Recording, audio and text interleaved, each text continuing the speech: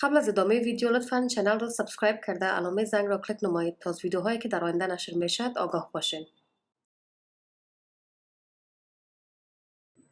بسم الله الرحمن الرحیم. سلام خدمت شما. دکتر مریم کاظمن هستم. بازم با یک لکچر دیگه. امروز لکچر نهم ماست. ما میخوانیم امروز راجع به نیزل کویتی یا حفره انف. فقط نیزل کویتی ما یک کویتی است با قسمت علوی ریسپیریتری ترکت ما یا مجرای تنفسی ما شما را میسازه. یک دارای یک اوپنینگ، یک مجرای خودمی است، یک اوپنینگ خودمی داره و یک هم اوپنینگ خلفی داره یا پوستیریور اوپنینگ داره. اوپنینگ خودمیش ما نریز هم میگیم. اوتلاین اوپنینگ خودمی ما شما را سافت تیشو و همراه با کارتیلیج میسازه و اوپنینگ خلفی خود را ما چی میگیم؟ کوانه میگیم. نیزل کویتی ما توسط نیزل سپتم که در وسط یا در مدلاین می باشه تقسیم شده به دو کویته ها. در این تصویر شما بهتر میتونید دیده انتیریور اوپنینگ و پوستیریور اوپنینگ خود. انتیریور اوپنینگ خود ما گفتیم که توسط ما برش میگیم نریز و پوستیریور اوپنینگ خود که کاملا از استخوان ساخته شده. در این تصویر شما خوبتر میتونید دیده. در این تصویر دوم که کاملا از استخوان ساخته شده و چندین استخوان هاست که حفره یا مجرای خلفی انف بینی ما شما را میسازه. ما برش کوانا میگیم. اوتلاین استخوانیش چی میسازه؟ استخوان های پلاتین بون ما شما، استخوان وومر و بیشترین مقدارش استخوان سفینوید بون ما شما. اما انتیریور اوپنینگ خود که ببینیم، اگر مجرای خودمی نیزل کویتی خود اگر ببینیم که ما برش نریز گفتیم توسط چی ساخته شده؟ یک سلسله از غضروف ها، اوتلاینش غضروف ها تشکیل داده و سافت تیشوی خود قسمت بینی خارجی ما شما. سکلتل فریمورک بینی را یا کویته انف خود را اگر ببینیم، جوف انف را اگر ببینیم شامل چندین استخوان‌های جوره‌ای و طاقه‌ای هستند که در سکلتل فریمورک یا در چوکات استخوانی نیزل کویتی ما شما نقش داره. استخوان‌های طاقه‌ای ما که در ساخت چوکات استخوانی نیزل کویتی ما نقش داره کدام استخوان هستند؟ استخوان اتموید یک استخوان بسیار کمپلکس می باشه، یک استخوان بسیار مغلق می باشه و استخوان کلیدی شمرده شده. استخوان‌های سفینوید، فرانتال و استخوان بومر که من حیث استخوان‌های طاقه‌ای شناخته شده و در ساخت چوکات استخوانی نیزل کویتی ما شما نقش داره. استخوان‌های جوره‌ای ما که اسکلتال فریمورک نیزل کویتی ما شما را می‌سازه کدام هستند؟ استخوان‌های البته نیزل، مگزیلری، پلاتین، لاکریمال و بالاخره انفیریور کنشن. چون اینجا گفتیم که استخوان اتموید ما که از جمله از استخوان‌های امپرد یا طاقه‌ای است، یک استخوان است که استخوان کلیدی شمرده شده، باید ما اناتومی استخوان اتموید خوب صحیح بلد باشیم تا اینکه ما جوف انف را دقیق بفهمیم. این هم استخوان اتموید شما اگر یادتون باشه در لکچر اول ما راجع به استخوان‌های جمجمه بود. ما اتموید بون خوانده بودیم. این یک نمای قدمی یا نمای انتیریر اتموید بون ما شماست و دارای چندین ساختمان یا لندمارک های اناتومیکی است که عبارت از کریبریفورم پلیت که یک پلیت استخوانی بود که در قسمت علوی این البته نمای انتیریر است. کریبریفورم پلیت بود که کریبریفورم پلیت ما گفته بودیم اگر یادتون باشه که یک پلیت پرفوریتد یا سوراخ شده است که توسط این پلیت عصب‌های حسی بسیار کوچکی که مربوط olfactory نرو میشه از اینجا عبور میکنه، بالاخره تبدیل میشه به olfactory bulb و olfactory bulb بالاخره تبدیل میشه به olfactory نرو. یک پلیت دیگه ما داریم که چی میگیم برش؟ perpendicular plate یا vertical plate همچنان باش میتونیم بگیم. یک پلیت یک قطعه استخوان است که به شکل عمودی است و امتداد داره از کجا؟ از کریبریفورم پلیت ما و چی میکنه؟ بخش علوی نیزل سپتم ما شما را میسازه. نیزل سپتم ما که باعث میشه که نیزل کویتی ما به دو کویته تقسیم شود و دو حفره تقسیم شود. یک بخش استخوانی داره که بخش علویش از استخوان ساخته شده و یک بخش غضروفی یا کارتیلیج است. بخش علوی استخوانیش پرپندیکولار پلیت اتموید بون ما تشکیل میده. دیگه ساختمانی که شما میتونید دیده چی هست؟ مکمل اینی ساختمانی که اینجا میبینید در اطراف نیزل سپتم ما شما به نام لابرنت یاد میشه.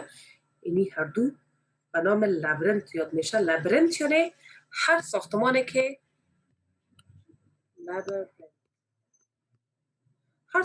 که خم و پیچ داشته باشه در شکل خود، یک دور خوردگی، یک برپیچی شکل باشه، ما چی میگیم؟ لابرنت میگیم. لابرنت ما که در هر دو سمت نیزل سپتم ما شما از یک قطعه میزیل و از یک قطعه لاترال ساخته شده. لبرنت ما شما از یک قطعه میزیل و از یک قطعه لترال ساخته شده. ما میگیم که در وسط هر دوی این قطعه های میدیل و لترال ما شما چی هسته؟ اتمویدال ایر ساینسز ما یا اتمویدال ایر سلز ما می باشه که جمله از ساینس های پرانیزل ساینسز ما هسته. ما 3 نوع ساینس داریم در داخل امی لبرنت که ما شما گفتیم. داخل امی لبرنت ما 3 جوره از ساینس ها داریم که عبارت از انتیریور، میدل و پوستیریور اتمویدال ساینسز یا اتمویدال ایر سلز. و میم سر قطعهایش گفتیم که هر یکی از لبرنت ما که توسط ساینس ها پر شده یک قطعه میدیال داره و یکی هم که طرف نیزل سبتم است و یکی هم قطعه لترال داره.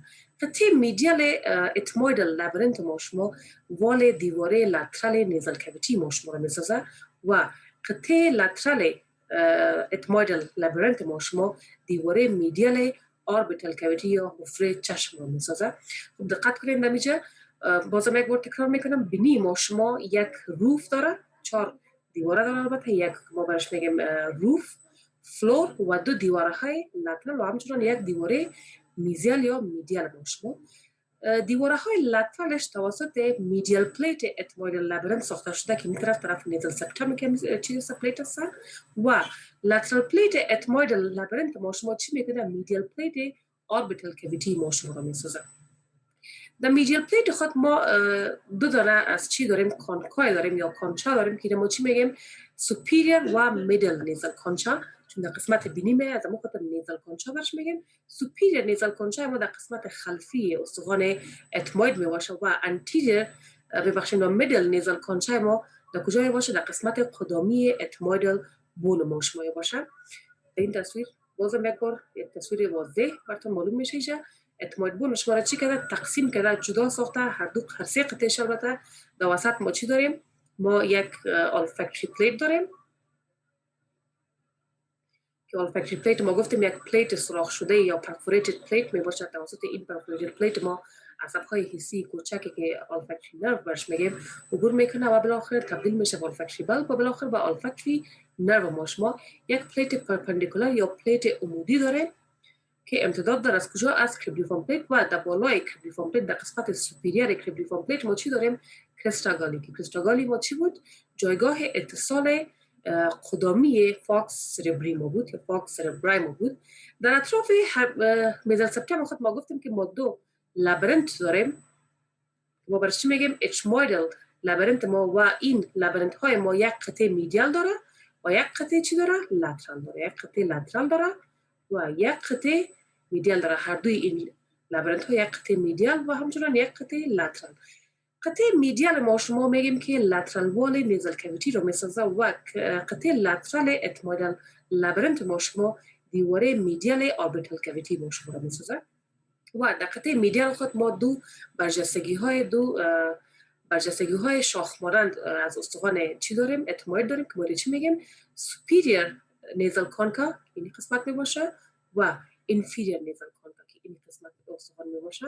سوپیریر نیزل کانکا ما در قسمت خلفی استخوان اتموید است و میدل نیزل کانکا ما در قسمت قدامی استخوان اتموید می باشه و این لبرنت ما در قسمت داخل پر شده توسط چی؟ توسط اتمویدال ایر ساینسز یا اتمویدال ساینسز. بسیار بسیار بگویم یا یک تصویر بازم تکراری. اینجا که میبینید یک نمای لترال وال دیواره نیزل کویتی ما شماست و اینجا یک سکشن، یک ساجیتال سکشن هست و اینجا در تصویر دومی چی هست؟ یک کرونال سکشن نیزل کویتی ما شماست. اینجا ما کانگاه ها را بهتر میتونیم دیدن. شما جا میتونید دیده که مکمل امی ساخه را که جا میبینید استخوان اتموید شماست که یک نمای در نمای لترال براتون قسم معلوم میشه. در نمای لترال ما در قسمت سوپیریرش چی میبینیم؟ کریستاگالی خوده در رنگ آبی، کریبلیفورم پلیت خوده که در زیر کریستاگالی است. اینجا این خطه که میبینیم یک قطعه استخوان سوراخ شده است. در زیر کریبلیفورم پلیت ما چی میبینیم؟ نیزل سبتم شما رو پرپندیکولار پلیت کاملا دور کرده و اینجا براتون چی نشان داده؟ میدل و سوپیریر کانکاه ها را براتون نشان داده. سوپیریر کانکاه ها در قسمت خلفی این قسمت میشه از نمای کرونال براتون نقص معلوم میشه و میدل کانکای ما کجاست؟ در قسمت قدامی نیزل کویتی ما شماست که مربوط هر دوی این کانکاه ها سوپیریر و میدل مربوط استخوان اتموید میشه. یک کنکا یا کنچا ما دیگه هم داریم که ما چی میگیم inferior nasal کنچا که در قسمت پایینی ما باشه، این ما میگیم inferior nasal کنکا یا کنچا. inferior nasal کنچا ما کاملا یک استخوان جداگانه است و مربوط اتموید بون ما شما نمیشه. دو دانه inferior nasal کنچا ما داریم در دیواره های لترال بینی ما شما. خب فاصله هایی که بین هر دوی کنگاه های تمام این کنگاه ها ایجاد میشه او را ما چی میگیم؟ میتس میگیم. میتس یک حفره، یک خالیگاه است که در بین کنگاه ها می باشه. ما چی میگیم برش؟ میتس. مانند کنگاه ها ما یک سوپیریر میتس داریم، یک میدل میتس داریم و یک هم انفیریر میتس داریم. سوپیریر میتس ما اینجاست و در قسمت چی هست؟ در قسمت وسط سوپیریر و میدل نیزل کنچای ماست. در وسط سوپیریر و میدل نیزل کنچای ماست. میدل میتس ما شما در کجاست؟ میدل میتس ما شما در وسط میدل نیزل کنچا و انفیریر نیزل کنچا است و بالاخره انفیریر میتس ما در کجاست؟ در وسط انفیریر کنچا و فلور یا زمین انف ما شما. این بود سه میتس شما که میتس گفتیم یک خالیگاه است. ما سه میتس داریم که عبارت از سوپیریر، میدل و انفیریر میتس. سوپیریر میتس ما در کجا بود؟ در وسط سوپیریر و میدل نیزل کنچا. میدل میتس ما در وسط میدل و انفیریر نیزل کنچا و بالاخره انفیریر میتس ما در وسط انفیریر و فلور یا انف یا زمین جوف انف ما شما. وظیفه این میتس ها چی است؟ تمام ساینس هایی که ما در اطراف بینی خود داریم که ما برش پرانیزل ساینس میگیم تخلیه میگردد در داخل این میتس ها توسط بعضی از مجراهایی که ما در این قسمت های خود داریم. بریم سر دیواره های نیزل کویتی خود گپ بزنیم. نیزل کویتی ما عبارت از یک حفره است که از 4 دیواره ساخته شده که ما این 4 دیواره هایش چی میگیم؟ میدیال وال، روف، فلور و لاترال وال. میدیال والش اگر ببینیم که یک مقطع در یک مقطع ساجیتال شما بسیار خوب واضح میتونن دیدن. میدیال وال ما شما که توسط چون ما گفتیم که دو حفره انف ما داریم که توسط نیزل سپتم این دو حفره ایجاد گردیده. از این خاطر میدیال وال هر دوی کویته ها، هر دوی این جوف انف ما شما چی می باشه؟ نیزل سپتم ما شما باشه و میگیم که توسط نیزل سپتم ما شما میدیال وال هر دو انف نیزل کویتی ایجاد گردیده یا ساخته شده. این میدیال وال ما از چی ساخته شده که ما برش نیزل سپتم میگیم؟ توسط یک سلسله ساختمان های استخوانی و توسط غضروف های سپتل که ما برش سپتل کارتیلیج میگیم ساخته شده. چی چیزا هستن؟ کارتیلیج این سپتم ما شما که در قسمت قدمی هستن که ما برش سپتل کارتیلیج هم میگیم. در ساخت این دیواره میدیال ما شما نقش داره. استخوان وومر ما شما که در قسمت انفیریر و پوستیریر چی هست؟ قسمت نیزل سپتم رو میسازه استخوان وومر و بالاخره پرپندیکولار پلیت اتموید بون. پرپندیکولار پلیت اتموید بون که در رنگ سبز که شما میبینید چی هست؟ پرپندیکولار پلیت اتموید بون که قسمت استخوانی علوی نیزل سپتم ما شما باشه. این سه ساختمان ها بود که در ساخت نیزل سپتم ما شما که میدیال وال میساخت، میدیال وال جوف انف ما شما را میساخت شامل میباشه که ما گفتیم چی بود؟ کارتیلیج سپتم که از کارتیلیج ساخته شده بود و با سپتل کارتیلیج همچنان میتونیم گفت استخوان وومر که در قسمت خلفی و در قسمت انفیریر نیزل سپتم ما شما را میسازه و پرپندیکولار پلیت اتموید بون. روف نیزل کویتی را ببینیم. روف ما میگیم که روف ما نرو یا بسیار زیاد نازک یا تنگ است و توسط چی ساخته شده؟ بسیار واضحه شده و معلوم میشه توسط کریبریفورم پلیت اتموید بون و بالای این کریبریفورم پلیت ما چی داریم؟ کریستاگالی داریم و در زیر کریستاگالی ما چی داریم؟ اتموید میبخشیم کریبریفورم پلیت اتموید بون و کریبریفورم پلیت اتموید بون چی میسازد؟ سقف جوف انف ما شما را میسازد. فلور اگه ببینیم فلور میگیم که بسیار زیاد وسیع یا واید است و توسط چی ساخته شده؟ توسط سافت تیشوی اکسترنال نوز ما شما، سافت تیشوی گوش، سافت تیشوی بینی خارجی ما شما و توسط هارت پلت که این تصویر براتون واضح تر معلوم میشه. این یک تصویر سوپیریر هارت پلت ما شماست. هارت پلت اگه یادتون باشه ما خوانده بودیم که توسط 2/3 حصه قدمی هارت پلت ما توسط مگزلا ساخته شده بود و 1/3 حصه خلفی ما شما که این قسمت میشه توسط چی ساخته باشه؟ توسط چی ساخته شده بود؟ توسط horizontal plate perpendicular بون ما شما. ما میگیم که فلور جوف انف ما شما بسیار وسیع است، توسط سافت टिश्यू اکسترنال نوز ساخته شده و توسط هارد پلت که مگزلا و پلاتین بون ما هر دویش مربوط به هارد پلت میشه. این بود میدیال وال، روف و فلور شما. بیم که لاترال وال بینی را اگه ببینیم، لاترال وال بینی ما یک کم کمپلکس هسته چه خوب سعی دقت کنیم شما. لاترال وال ما میگیم که توسط کارتیلیج، غضروف و توسط سافت टिश्यू ها ساخته شده و کدام چیزا هست استخوان هایی که دیگه نقش داره چی هستن؟ میدیال وال اتموید لابرنت که لابرنت ما گفتیم اگه یادتون باشه یک قطعه میزیال یک قطعه دیستال داشت که توسط قطعه میزیال اتموید لابرنت ما چی میکرد؟ دیواره لاترال جوف انف را میساخت. میدیال وال اتموید بون ما نقش داره که این قسمت می باشه. سبز شما میبینید میدیال وال چی هست؟ کاملا میدیال وال اتموید بول هست که دو دانه کانچه ها ما داشتیم، سوپیریر و میدل نیزل کانچه. دیگه کدوم استخوان هست؟ میگم سوپیریر، میدل و انفیریر نیزل کانچه که بازم بعد میگرده به استخوان اتموید که در میدیال پلیتش ما داشتیم، در میدیال پلیت اتمویدال لابرنت ما داشتیم. پرپندیکولار پلیت پلاتین بون که در رنگ آبی شما اینجا میتونید دیده، پرپندیکولار پلیت اتموید بخشید پرپندیکولار پلیت پلاتین بون خود پلاتین بون ما یادتون باشه یک استخوان بود که ال شیپ بود. این قسم دو دانه استخوان پلاتین ما داشتیم که یک ال شیپ استخوان بود و در وسط با هم وصل شده بود که یک بخش افقی داشت که این بخش افقیش کامل سخت ما شما را می ساخت و بخش عمودیش چی میکرد؟ دیواره های لاترال جوف انف ما شما را می سازد. دیگه استخوان هایی که اینجا نقش داره چی هست؟ استخوان میدیال تیروگوید پلیت اسفینوید بون ما شما هست. میدیال تیروگوید پلیت اسفینوید بون ما شما در رنگ زرد که اینجا میبینین و بالاخره چی؟ میدیال سرفیس لاکریمال و مگزلری بون ما شما. میدیال سرفیس لاکریمال بون ما شما که اینجا میشه این استخوان و بالاخره استخوان مگزلای ما شما که فرنتال پروسس استخوان مگزلا می باشه. این بود استخوان هایی که در ساخت لاترال وال ما شما نقش داشت و چون ما گفتیم که لاترال وال ما شما توسط استخوان غضروف که غضروف ها کدام هستن؟ غضروف در این طرف شما می‌بینید یک سلسله از غضروف هایی که در بینی نقش داره کدام هستن؟ غضروف میجر و ماینر الر کارتیلیج های ما هستن. این قسمت این میجر الر کارتیلیجش ما باشه و در اینجا بعضی از کارتیلیج های کوچک از ماینر الر کارتیلیج ما داریم که مربوط دیواره لاترال بینی میشه و قسمت قدامی اگر بگیم سافت टिश्यू های هستن که در قسمت قدامی بینی ما شما هست دیواره های لاترال جوف انف ما شما میسازه.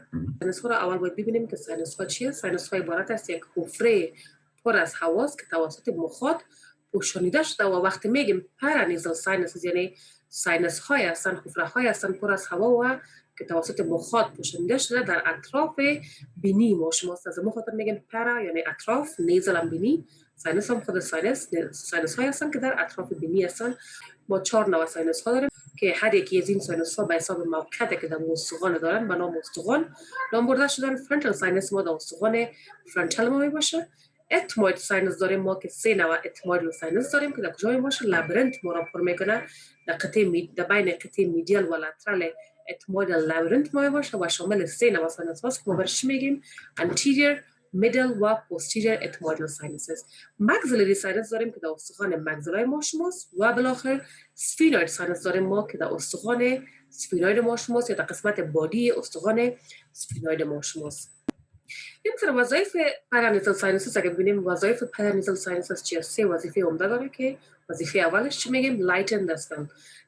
وزن اسکل ما شما را، وزن راس یا جمجمه ما شما را چی میکنه؟ کاهش میده.